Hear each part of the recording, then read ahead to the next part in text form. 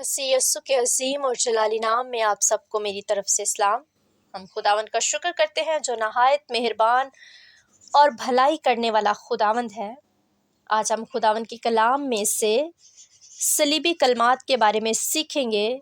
जो 7 सलीबी कलमात हमारे खुदावंद ने जब सलीब पर मसलूब किया गया तो जान देने से पहले हमारे यस्सु ने अपने लबे मुबारक से सादिर किए। उनमें से पहला कलमा जो माफ़ी का कलमा है, हम वो देखते हैं। आज सीखेंगे माफ़ी के कलमे के बारे में। आए में ऐसा निकाले लूका की अंजील 23 बाब उसकी 34 आयत। यस्सु ने कहा, ए बाप इनको माफ़ कर क्योंकि ये जानते नहीं कि क्या करते हैं। आमीन। यहाँ पर हम देखते हैं कि खुदावन यस्सु जब नहायत तकलीफ़ और दुख की हालत में है, नहायत परेशानी की हालत में है और बहुत ही तकलीफ़ और जो मुसीबतें हैं उनमें से गुज़र कर खुदावन यस्सु जब सलीब पर उनको लटका दिया गया है तो वो अपने बाप से एक दरख्वास्त कर रहे हैं। ये जो माफ़ी का कलमा है एक दुआ भी है। वो अपने बाप से दुआ कर रहे हैं। क्या दुआ करते हैं कि ए बाप इनको माफ़ कर क्योंकि ये जानते ही नहीं कि क्या करते हैं। देखें, एक निगाह लोगों के ऊपर है और दूसरी निगाह अपने बाप के ऊपर है कि वो उनको लोगों की फ़िक्र है कि वो कह रहे हैं कि बाप इनको माफ़ कर दे क्योंकि इन्हें पता ही नहीं कि ये क्या करते हैं। और आप भी सुन लीजिए, जब कोई आपको सताए तो सारी निगाहें उन्हीं पर ना रख लिया करें। मैं कहती हूँ कि एक निगाह उन पर रखें जो आपको सताते हैं और दूसरी निगाह बाप पर रखें। मेरे यस्सु ने जैसे कहा कि ए बाप इनको माफ़ कर क्योंकि ये जो कुछ कर रहे हैं इनको पता ही नहीं कि ये क्या कर रहे हैं, इसलिए इनको क्या कर दे, माफ़ कर दे। ये यस्सु ने एक नमूना दिया है क्योंकि मेरा यस्सु जो तालीम देता रहा उसका नमूना भी देता रहा। हमारा खुदावंद सिर्फ तालीम देने वाला उस्ताद नहीं बल्कि अमल करके दिखाने वाला उस्ताद है। हमारे खुदावंद ने बहुत बार माफ़ करने की तालीम दी है। जैसे हम देखते हैं मत्ती की अंजील उसका 5 बाब और 43 से 45 आयत तक, तुम सुन चुके हो कि कहा गया था अपने पड़ोसी से मोहब्बत रख और अपने दुश्मन से अदावत। लेकिन मैं तुमसे ये कहता हूँ कि अपने दुश्मनों से मोहब्बत रखो और अपने सताने वालों के लिए दुआ करो ताकि तुम अपने बाप के जो आसमान पर है बेटे ठहरो। हालेलुया। लिखा है कि शरीयत में ये बात थी कि दुश्मन को दुश्मन ही समझना है, लेकिन मैं अब तुम्हें ये कहता हूँ कि अपने दुश्मनों से मोहब्बत रखनी है और अपने सताने वालों के लिए दुआ करनी है। क्यों दुआ करनी है? ताकि तुम आसमान पर जो हमारा बाप है उसके क्या ठहरो, बेटे ठहरो। इसका मतलब है कि बेटा उस वक्त तक नहीं बनता जब तक हम दूसरों के लिए माफ़ी की दुआ नहीं मांगते, हम दुश्मनों से मोहब्बत नहीं रखते और दूसरों को जब तक हम माफ़ नहीं करते, हम आसमान पर जो हमारा बाप है उसके बेटे नहीं ठहर सकते। अब जो हमें सिखा रहा है ये कौन है? ये भी इकलौता बेटा है जो हमें ये तालीम दे रहा है कि हमें अपने दुश्मनों से मोहब्बत रखनी है और अपने सताने वालों के लिए दुआ करनी है। इसीलिए फिर हम क्या ठहरेंगे? तब ही हम जो आसमान पर है उसके बेटे ठहरेंगे। ऐसे ही तो आवाज़ नहीं आई थी कि ये मेरा प्यारा बेटा है जिससे मैं खुश हूँ। जब मेरा यस्सु माफ़ करने की तालीम दे रहा था तो उसने बड़े खूबसूरत जो है एक दुआ सिखाई जिसे दुआए रुबानी कहते हैं। आए हम उसमें देखते हैं कि खुदावन ने हमें क्या सिखाया है। मत्ती की अंजील उसका 6 बाब और 12 आयत में, और जिस तरह हमने अपने कसूरवारों को माफ़ किया तू भी हमारे कसूर हमें माफ़ कर। आमीन। यहाँ पर हम देखते हैं कि खुदावन यीशु हमें सिखाते हैं कि जिस तरह हमने, कसूरवार क्या होते हैं, कर्जदारों को माफ़ किया, मतलब कसूरवारों को, जो हम जिससे किसी से कोई गलती हो गई है, कोई गुनाह हो गया है तो हम उसे माफ़ करते हैं। तो जिस तरह हमने अपने कर्जदारों को माफ़ किया तू भी हमारे कर्ज हमें माफ़ कर।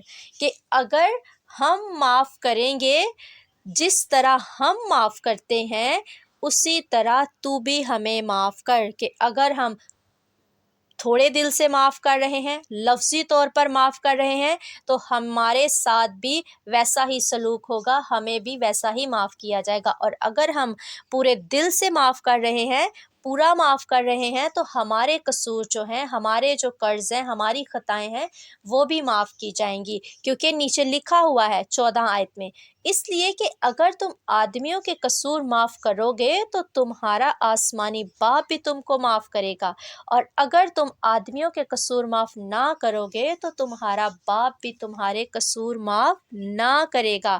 یہاں پر صاف بتا دیا گیا ہے، خداوند یسوع اس بات کی تشریح کرتے ہیں کہ اگر تم آدمیوں کے قصور معاف نہیں کرو گے، اگر تم دوسروں کی غلطیوں کو درگزر نہیں کرو گے، تو باپ جو تمہارا آسمان پر ہے وہ بھی تم کو معاف نہیں کرے گا، اور اگر تم معاف کرو گے تو تمہارے قصور بھی معاف کیے جائیں گے۔ اس کا مطلب ہے کہ اگر ہم دعا کرتے ہیں کہ اے خدا مجھے معاف کر، مجھ سے یہ غلطی ہو گئی، مجھ سے یہ بات ہو گئی، تو خدا کیا کہتا ہے کہ اس کا مطلب ہے خدا کہتا ہے کہ پہلے تو معاف کر، پھر میں تجھے معاف کروں گا۔ تو ہمیں پورے طور پر معاف کرنے کی ضرورت ہے، ہم معاف کریں گے تو خدا ہمیں معاف کرے گا۔ اور پھر میرے یسوع نے یہ بھی بتا دیا ہے، یہ بھی کلیئر کر دیا ہے کہ ہمیں کتنی بار معاف کرنا ہے، کیونکہ ہم اکثر سوچتے ہیں کہ ہم نے ایک بار معاف کر دیا ہے تو بہت بڑا کام کر دیا ہے، کیونکہ ہم اکثر کہتے بھی ہیں کہ اب میں بار بار اسے معاف نہیں کروں گا، اس کا تو کام ہی یہی ہے ہر بار غلطی کرنے کا۔ لیکن میرا خداوند اس کے بارے میں کیا سکھاتا ہے؟ میرے خدا نے اتنا بڑا معافی کے بارے میں اتنی بڑی تعلیم دی ہے کہ بندہ حیران رہ جاتا ہے۔ ایک بار پطرس رسول نے خداوند سے پوچھا، آئے میرے ساتھ دیکھتے ہیں متی کی انجیل 18 باب اور اس کی 21 آیت سے۔ اس وقت پطرس نے پاس آ کر اس سے کہا، اے خداوند، اگر میرا بھائی میرا گناہ کرتا رہے تو میں کتنی بار اسے معاف کروں؟ کیا 7 بار تک؟ وہ کہتا ہے کہ اگر میرا بھائی جو ہے وہ بار بار غلطی کر رہا ہے، وہ ڈھیٹ ہو چکا ہے، وہ نافرمان ہے، بار بار معاف کرتا ہے، تو کیا میں اسے 7 بار معاف کروں؟ یسوع نے اس سے کہا، میں تجھ سے یہ نہیں کہتا کہ 7 بار، بلکہ 7 دفعہ کے 70 بار تک۔ آمین۔ خداوند یسوع یہاں سکھاتے ہیں کہ میں یہ نہیں کہہ رہا کہ اسے 7 بار معاف کر، میں کہتا ہوں تو 7 کو 70 بار لکھ، 7 ضرب 7 7 ضرب 7 ایسے لکھتا جا، 70 بار لکھتا جا، اور پھر جتنا آئے گا اتنی بار معاف کر۔ آپ کو پتہ ہے اگر آپ 7 کو 70 بار کیلکولیٹ کرتے ہیں تو آپ کا جو کیلکولیٹر ہے وہ ختم ہو جائے گا، آپ کا کیلکولیٹر کیلکولیٹ نہیں کر پائے گا۔ اتنی بار میرے خداوند یسوع نے معاف کرنے کی تعلیم دی ہے، اتنی بار کہا ہے کہ تو معاف کر سکتا ہے، اس سے اوپر بار۔ مطلب اب یہاں سے اندازہ کر لیں کہ میرے یسوع کے معاف کرنے کا کیا سٹینڈرڈ ہے۔ اور خداوند نے یہ بھی کہا ہے کہ دل سے معاف کرنا ہے۔ اب دل سے کیسے معاف کرنا ہے؟ ایسے ہی ادھر متی 18 باب میں ہی ہم دیکھتے ہیں ایک مالک اور نوکر کی کہانی ہے۔ خداوند یسوع مسیح سکھاتے ہوئے یہ تمثیل بیان کرتے ہیں کہ ایک مالک کا نوکر ہے جس نے اپنے مالک کو 10,000 توڑے جو ہے وہ قرض لیا ہوا تھا، ادا کرنا ہے، اور جب مالک اسے بلاتا ہے کہ مجھے وہ قرض واپس دیا جائے تو وہ منت سماجت کرتا ہے کہ میرے پاس ابھی پیسے نہیں ہیں، مجھے کچھ مہلت دی جائے۔ تو مالک جو ہے وہ اپنے نوکر کو چھوڑ دیتا ہے اور قرض بخش دیتا ہے، اور جب وہی نوکر باہر جاتا ہے تو اس کا ایک نوکر ہے جس نے 100 توڑے اس سے لیے ہوتے ہیں، اور وہ اس سے جب مانگتا ہے تو وہ نوکر اس کا بھی اس کے سامنے منت سماج کرتا ہے کہ میرے پاس ابھی قرض ادا کرنے کے لیے نہیں ہے، مجھے کچھ ٹائم دے، لیکن وہ اسے ٹائم نہیں دیتا، اسے کیا کرتا ہے، اس کا گلا دباتا ہے، اسے مارتا ہے اور اس کو قید خانہ میں ڈلوا دیتا ہے۔ اور جب اس کے مالک کو جس نے 10,000 توڑے اس کو معاف کیے ہوتے ہیں، اس کو جب پتہ چلتا ہے، لوگ اس کو بتاتے ہیں کہ جس کو تو نے قرض معاف کیا تھا اس نے اپنے نوکر کو معاف نہیں کیا، اس نے اسے قید خانہ میں ڈال دیا ہے، تو مالک کو بہت غصہ آتا ہے اور وہ اسے بلاتا ہے اور اس سے کیا کہتا ہے، آئیں دیکھتے ہیں 33 آیت میں मालिक उसे कहता है, क्या तुझे लाजिम ना था कि जैसा मैंने तुझ पर रहम किया तू भी अपने हम खिदमत पर रहम करता। और उसके मालिक ने खफा होकर उसको जल्लादों के हवाले किया कि जब तक तमाम कर्ज अदा ना कर दे कैद रहे। आमीन। वो कहता है कि तुझे भी लाजिम था कि जिस तरह मैंने तुझ पर रहम किया था तू भी अपने हम खिदमत पर रहम करता, क्योंकि जब तक हम रहम नहीं करेंगे हमारे ऊपर रहम नहीं किया जाएगा। उसने उसे माफ़ नहीं किया तो उसे क्या मिली? सज़ा मिली, उसको भी कैद खाना में डाल दिया गया।